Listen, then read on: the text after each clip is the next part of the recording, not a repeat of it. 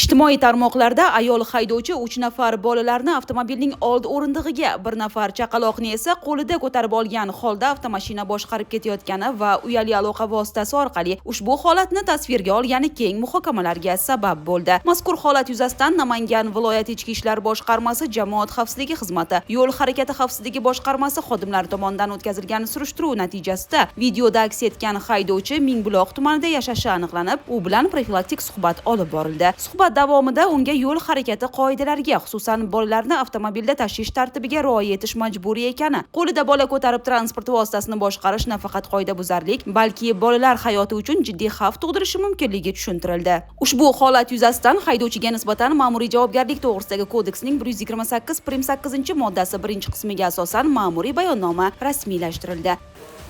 Bu videoni o'zi aslida olmoqchi emas edim. Bolachalar bog'chadan kelishdi.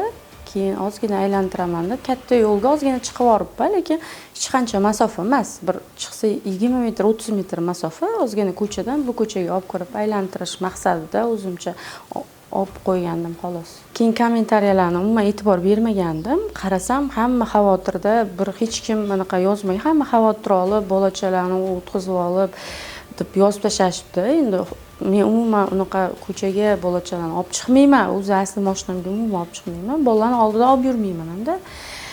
Xursand qilay ozgina bolachalarni deb endi katta yo'lga mahallada yurmasam, men ham ozgina endi mana ko'chadan bu ko'chaga xursand bo'lishsin deb olib chiqib qo'yibman. Asli xato qilibman. Endi xatoyi mana inspektor aytganlardan keyin tushundim. Endi u holat qaytarilmaydi.